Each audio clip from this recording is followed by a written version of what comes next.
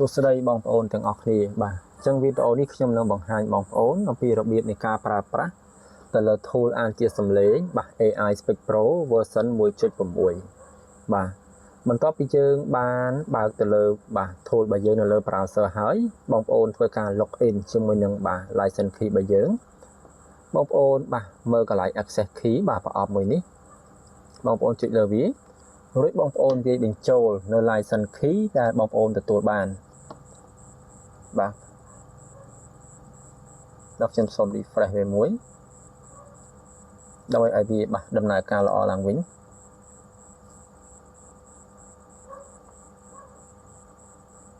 បាទប្រអប់បាទ access key គឺយើងដាក់ទៅលើ license key បាទប្រអប់ខាងលើបងប្អូនដាក់ឈ្មោះដាក់ក៏បានមិនដាក់ក៏បានបាទបន្ទាប់ពីបងប្អូនបាន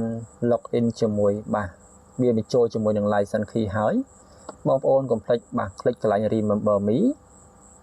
ករណីបងប្អូនមាន login បាទជាមួយនឹង browser ផ្សេងដើម្បីឲ្យ login ចូលបានបងប្អូនបាទត្រូវคลิกមួយទៀតគឺកន្លែង fork login ដើម្បីឲ្យបាទការ login ទៅលើ browser ថ្មីនេះអាច login ចូលបានហើយ browser ចាស់វានឹងបាទ auto log out តែម្ដង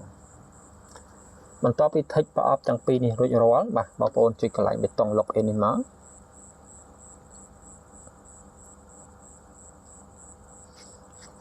អូខេនោះយើងនឹងចូលមកកាន់បាទចូលទៅដល់បាទ website tool អានជាសំឡេងរបស់យើងអញ្ចឹងមាន tab ចំនួន2បាទនៅលើនេះគឺមាន tab ចំនួន2ទី1គឺ text mode ទី2គឺ SRT mode បាទ text mode នេះគឺបងប្អូនអាចវាយអក្សរហើយអាច generate ទៅជាសំឡេងនិងអាចទាញយកបានបាទ SRT mode គឺបងប្អូនបាទជ្រើសរើសប្រភេទឯកសារដែលជា file subtitle SRT យកមកឲ្យដាក់អានទៅជាសំឡេងស្វ័យប្រវត្តិបាទគឺអានហើយគឺត្រូវពេលត្រូវវេលាបាទត្រូវម៉ត់តួនិយាយតែម្ដងអញ្ចឹងខ្ញុំសូមបាទមិនបង្ហាញទៅលើ text mode ទេព្រោះ text mode អត់មានអីទេបងប្អូនគ្រាន់តែវាយអក្សរធ្វើការ generate ទៅជាបាទសំឡេងគឺរួចរាល់ហើយប៉ុន្តែអ្វីដែលសំខាន់គឺយើងបាទធ្វើនៅលើ SRT mode ព្រោះការធ្វើរបស់យើងគឺធ្វើទៅលើវីដេអូសម្រាប់រឿងបាទអញ្ចឹងយើងនឹងធ្វើវានៅបាទលើ tab SRT mode តែម្ដងបាទកុំឲ្យយើងចំណាយពេលច្រើនអញ្ចឹងបងប្អូនចូលមកបងប្អូនចុចកន្លែង tab SRT mode រួចបងប្អូន scroll ទៅក្រោមមុននឹងអាចធ្វើកិច្ចការបានអាចអានទៅជាសំឡេងបានបងប្អូនត្រូវមាន preset ដែលបានកំណត់រួចរាល់ហើយសិនអូខេអញ្ចឹងយើងមកមើលរបៀបនៃការកំណត់ preset បាទនេះជាការកំណត់សំឡេងតួបាទអញ្ចឹងទី1គឺ voice គឺសំឡេងអញ្ចឹងបងប្អូនរើសបាទរើសសំឡេងមកតើបងប្អូនចង់កំណត់ preset មួយហ្នឹងជាសំឡេងអ្វីដែរបាទឧទាហរណ៍ខ្ញុំសូមបាទរើសសំឡេងលើគេនេះគឺសំឡេងស្រីមុំបាទលបឿនអានបានន័យថាទៅលើការអានបាទតួអង្គចង់ឲ្យលបឿនប៉ុន្មានបាទទាបបំផុតខ្ញុំរីកមកបងប្អូនដាក់ទៅ15ទៅ20អីទៅបានហើយចំពោះលេខលបឿនអានព្រោះដោយសារ tool របស់យើងគឺមានមុខងារបាទបង្កើនលបឿននៃស្វ័យប្រវត្តិអញ្ចឹងយើងដាក់លេខធម្មតាអានយឺតបំផុត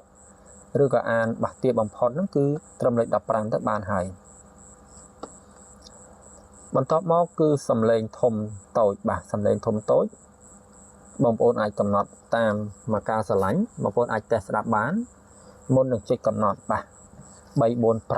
6អីគឺបាទអាស្រ័យទៅលើបងប្អូនចូលចិត្តបាទខ្ញុំសូមដាក់5បាទបន្ទាប់មកគឺដល់ចំណុចពិសេសគឺ auto speed បានន័យថាការបង្កើនឬក៏បន្ថយល្បឿននៃស្វ័យប្រវត្តិអញ្ចឹងកន្លែង auto speed នេះបើសិនជាបងប្អូនដាក់លេខ50ហើយនៅតែបាទការអានសំឡេងនឹងមានការជាន់គ្នាបងប្អូនអាចទៅឡើងបានបាទដាក់ដល់លេខ60បាទឬក៏65អីចឹងទៅបាទកន្លែង auto speed នេះនៅពេលដែលយើងបាទចូល browser ម្ដងទៀតវានឹងរត់ទៅកាន់លេខ50ដែលស្វ័យប្រវត្តិប៉ុន្តែចំពោះបាទលេខដែលយើងបានកំណត់ទៅលើ preset ដូចជាលេខ15បាទសំឡេងធំតូចលេខ5នេះវានឹងជាប់ជារៀងរហូតនៅពេលដែលយើងคลิกទៅលើ preset ដែលយើងបានកំណត់អូខេអញ្ចឹងយើងមកធ្វើការ save preset ដែលយើងបានកំណត់ល្បឿនបាទ15សំឡេងធំតូច5បាទ បន្ទាប់មកគឺយើងចាប់ដើមបាទបញ្ចូលឈ្មោះដើម្បីរក្សាទុកបាទកន្លែងគឺសរសេរឈ្មោះរក្សាទុកបាទសរសេរឈ្មោះ preset របស់យើងមកបាទខ្ញុំសូមដាក់ថា auto មុំបាទដោយសារតែសំឡេងស្រីមុំខ្ញុំដាក់ auto មុំបន្ទាប់មកយើងចុចកន្លែង save កន្លែងនេះគឺវានឹង load ទៅកាន់បាទប្រអប់ preset ទី1នេះឯងបាទបន្ទាប់ពីយើងបានកំណត់ស្រីមុំហើយយើងប្រកាសជាចង់បានសំឡេងប្រុសមួយទៀតហើយគឺសំឡេងពិសិដ្ឋយើងចុចកន្លែងប្រអប់ voice មកជ្រើសរើសបាទពិសិដ្ឋបន្ទាប់មកបងប្អូនមកពិនិត្យកន្លែងល្បឿនអានតើយើងពេញចិត្តនឹងល្បឿនប៉ុណ្ណឹងហើយឬនៅបើមិនទាន់ពេញចិត្តទេយើងអាចសេរីបន្ថែមបានតែបើយើងពេញចិត្តហើយយើងគ្រាន់តែ scroll ចុះមកក្រោមបាទនៅកន្លែងប្រអប់សរសេរឈ្មោះដើម្បីរក្សាទុកនេះបងប្អូនកែមកដាក់ពិសិដ្ឋវិញទៅគឺអូខេហើយបាទរួចបងប្អូនអូសចុះទៅក្រោមបាទរកកន្លែងប្រអប់ save ទី2នេះដើម្បី save ទៅកាន់ឈ្មោះពិសិដ្ឋបាទចុចលើវាមកនោះវានឹងចេញបាទ slave slot 2បាទនេះ slot 2នេះ slot 1បាទណា preset ទី1បាទ preset ទី2បន្ទាប់ពីយើងបាន save រួចរាល់ហើយបងប្អូនអាច save preset បានរហូតទៅដល់បាទចំនួន4អូខេស្រេចហើយបងប្អូនពេញចិត្តសំឡេងណាមួយទៀតបងប្អូនអាចរក្សាទុកបានបាទបន្ទាប់ពីយើងបានកំណត់ preset រួចរាល់បាទយើងនឹងចាប់ផ្ដើមទៅប្រើ file បាទនេះថាទៅបើកឯកសាររបស់យើងយកមកអានជាសំឡេងតែម្ដងបាទជាកន្លែងប្រើនេះមករួចបងប្អូនទៅរើសបាទឯកសារដែលជា file SRT ដែលមានភាសាខ្មែរបញ្ជាក់បងប្អូនបាទ tool នេះគឺពិសិដ្ឋស្រីមុំអានបានតែភាសាខ្មែរនោះទេបងប្អូនយកភាសាចិនភាសាអីមកអានគឺអត់កើតទេបាទខ្ញុំសូមទៅរើសឯកសាររបស់ខ្ញុំមួយបាទដែលមានថាពាក្យថា demo.srt អញ្ចឹងបញ្ជាក់ឲ្យបញ្ជាក់ទៀតថា tool នេះគឺអានបាទ file SRT ទៅជាសំឡេងស្វ័យប្រវត្តិបាទខ្ញុំទៅប្រើភាសាទៀតបាទឥឡូវនេះយើងបានបាទទាញ file យើងចូលមកហើយបាទកន្លែងនេះបាទ demo.srt បន្ទាប់មកបងប្អូននឹងឃើញ preset ដែលបងប្អូនបានកំណត់បាទកន្លែងនេះគឺ preset ដោយសារតែខ្ញុំបានកំណត់តែ2 preset ទេវានឹងបង្ហាញតែ2 preset ទេអញ្ចឹងខ្ញុំសូមជ្រើសរើសសំឡេងមួយបាទសំឡេងស្រីមុំចុះបាទចុចលើបាទ preset មួយហ្នឹងមកវានឹង load ពណ៌ក្រហមបែបនេះបន្ទាប់មកបងប្អូនកលេចមើលកន្លែងនេះបាទកន្លែងគឺថា description ទៅលើអ្វីដែលយើងបានកំណត់មិញហ្នឹងបាទសំឡេង voice គឺស្រីមុំត្រឹមត្រូវបាទ rate នេះបានន័យថាល្បឿនបាទល្បឿនអានទាបបំផុតបាទ15កន្លែង pitch សំឡេងធំតូចនេះ5បាទយើងមើលថាវាត្រឹមត្រូវហើយបន្ទាប់មកបងប្អូន scroll ចុះទៅក្រោមបាទអញ្ចឹងមានចំណុចនេះមួយបានថាចុចបកប្រែឲ្យអាន auto បាទមានន័យថាម៉េចមានន័យថាបើសិនជាបងប្អូនមិនមានឯកសារដែលជា file SRT ភាសាខ្មែរទេបងប្អូនអាចប្រើបាទមុខងារនេះបានគឺវានឹងបកប្រែបាទបងប្អូនអាចបកប្រែបាទភាសាផ្សេងៗដូចជាភាសាអង់គ្លេសបូកជាមួយនឹងអានជាសំឡេងភ្លាមឬក៏បកប្រែពីភាសាផ្សេងៗទៅភាសាថៃឲ្យអានភ្លាមទៅជាសំឡេងឬក៏បងប្អូនអាចបកប្រែបាទទៅពីភាសាផ្សេងៗទៅភាសាខ្មែរឲ្យវាអានទៅជាសំឡេងភ្លាមតែម្ដងហើយបងប្អូនក៏អាចរក្សាទុកនៅ file ឯកសារភាសាខ្មែរដែលបានអានទៅភ្លាមដូចគ្នាគាត់តែ save ឡើង current SRT នេះទៅគឺអូខេហើយប៉ុន្តែដោយសារតែ file យើងដែលបានបកប្រែរួចរាល់ដែលជា file ភាសាខ្មែរអញ្ចឹងយើងមិនបាច់បាទប្រើប្រាស់ចំណុចទាំង3នេះទេយើងមកអូសមកក្រោមតិចទៀតបងប្អូននឹងឃើញមានបេតុងមួយទៀតបាទគឺបេតុង generate automate បេតុងនេះគឺជាបេតុងសម្រាប់បាទ generate ឲ្យបាទ tool យើងអានទៅលើបាទ file SRT ទៅជាសំឡេងដែលជា file SRT ភាសាខ្មែរអញ្ចឹងមុននឹងអានទៅជាសំឡេងបងប្អូនចុចកន្លែង preview នេះមើលសិនតើឯកសាររបស់យើងពិតជាភាសាខ្មែរមែនដែរអត់បាទនេះបាទបងប្អូនមើលកន្លែងតិចនេះអញ្ចឹងបើឃើញភាសាខ្មែរបែបនេះហើយមានន័យថាឯកសារដែលយើងបានរើសចូលមកគឺត្រឹមត្រូវហើយបន្ទាប់មកបងប្អូនកលេចទៅមើលបាទកន្លែង EQ preset បាទកន្លែងនេះគឺជាកន្លែងជំនួយសំឡេងឲ្យសំឡេងយើងកាន់តែច្បាស់ល្អបាទសំឡេង AI យើងកាន់តែច្បាស់ល្អបើសិនជាបងប្អូនរើសហើយគឺវាមានច្បាស់ល្អមែនតើបាទ middle បាទ medium បាទ low voice បានន័យថាបាទកម្រិតខ្សោយបើយើងរើស normal បាទ normal បានន័យថា fast នេះគឺបាទសំឡេង AI របស់យើងគឺជាសំឡេងធម្មតាអត់មានការជំនួយអត់មានការកែប្រែទៅលើសំឡេង AI របស់យើងទេឲ្យកាន់តែច្បាស់ល្អនោះទេអញ្ចឹងកុំឲ្យពិបាកខ្ញុំសូមរើសយក high តែម្ដងដើម្បីឲ្យសំឡេង AI របស់ខ្ញុំហ្នឹងបាទកាន់តែពីរោះបន្ទាប់ពីយើងបានកំណត់ទៅលើបាទ preset ទាំងអស់ហ្នឹងហើយកំណត់ទៅលើ EQ ហើយបងប្អូនអាចចុចប៊ូតុងនេះបានហើយសម្រាប់ធ្វើការ generate auto man generate file SRT របស់យើងទៅជាសំឡេងស្វ័យប្រវត្តិតែម្ដងបាទចុចលើវាមកបាទអញ្ចឹង file SRT ខ្ញុំបាទខ្ញុំសូមយក file តូចមកដាក់ទេបងប្អូនអាចដាក់ file ធំក៏បានដែរបាទពី300 400 500ឬក៏1000 2000បន្ទាត់យកមកឲ្យ tool អានក៏បានដែរបងប្អូនអត់បញ្ហាទេបាទសាច់រឿង1ម៉ោង2ម៉ោងអីក៏អូខេដែរគឺអាចអានបានបាទដោយសេរីតែម្ដងបាទឥឡូវការអានទៅជាសំឡេងរបស់ខ្ញុំបាទចិត្តបញ្ចប់ហើយបាទបច្ចុប្បន្នបាទ tool យើងគឺអានម្ដង2បន្ទាត់តែម្ដងបាទបងប្អូនអាចកលេចមើលបានបាទទៅលើចំណុចនេះបាទ16 18បាទអញ្ចឹងមុខងារអានទៅជាសំឡេងរបស់យើងគឺបាទមានល្បឿនលឿន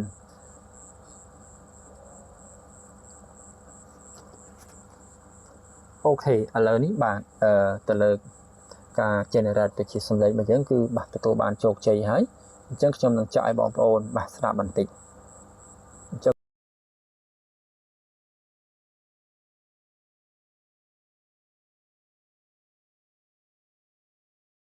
រត់លឿនឡើង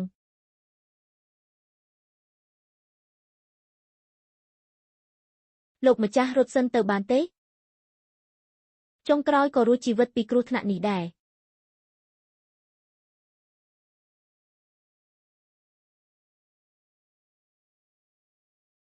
ខានតែបាន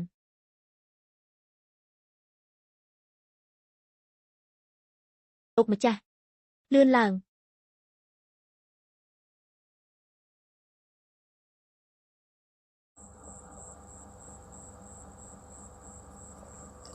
អូខេអញ្ចឹងបងប្អូនបានស្ដាប់ហើយបាទដោយសារតែ file ឯកសាររបស់យើងនេះគឺអត់សូវជាវែងទេអញ្ចឹងការអានក៏មិនច្រើនណាស់ដែរអញ្ចឹងបន្ទាប់ពីយើងបាន generate បាទរួចរាល់ចេញសញ្ញាបែបនេះបានបាទចេញសញ្ញា audio generated បាទ successfully នេះហើយបានន័យថាការអានទៅជាសំឡេងរបស់យើងគឺជោគជ័យហើយអញ្ចឹងយើងនឹងធ្វើការទាញយកសំឡេងរបស់យើងបន្ទាប់ពីស្ដាប់ហើយថាវាត្រឹមត្រូវហើយបងប្អូនចុចកន្លែងបេតុងនេះមកគឺបេតុង download MP3 បាទចុចលើវាមកបាទនោះវានឹងលោតផ្ទាំងមួយមកឲ្យយើងបាទដើម្បីបញ្ជាក់ថាទីតាំងណាដែលយើងរក្សាទុកអានេះសំដៅទៅលើតែបាទប្រែវទេអញ្ចឹងបើសិនជាជ្រោមអីគឺគាត់តែចុចបេតុងហ្នឹងហើយគឺវានឹងទាញយកតែម្ដងបាទចុចបេតុង download នេះមកដល់ពេលវាលោតបែបហ្នឹងអូខេនោះឯកសាររបស់យើងបានទាញយកដល់ជោគជ័យហើយអញ្ចឹងអាចចុចសញ្ញាចុច3បាទចូលកន្លែង download នេះមក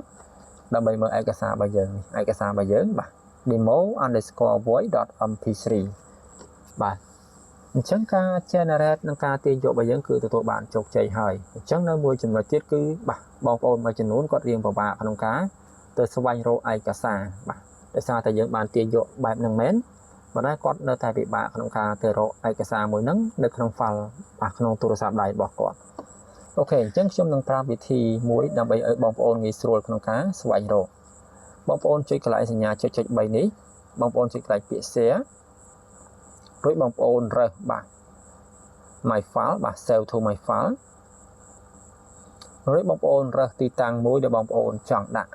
ឧទាហរណ៍ខ្ញុំដាក់នៅទីតាំងបាទ music បាទ music បន្ទាប់មកខ្ញុំចុចពាក្យ save បាទនោះវានឹងលោតថាបាទបានរក្សាទុកបន្ទាប់មកបងប្អូនអាចលុបឯកសារនេះចោលទៅបាទដោយសារតែយើងបាន share ទៅទុកនៅក្នុងបាទ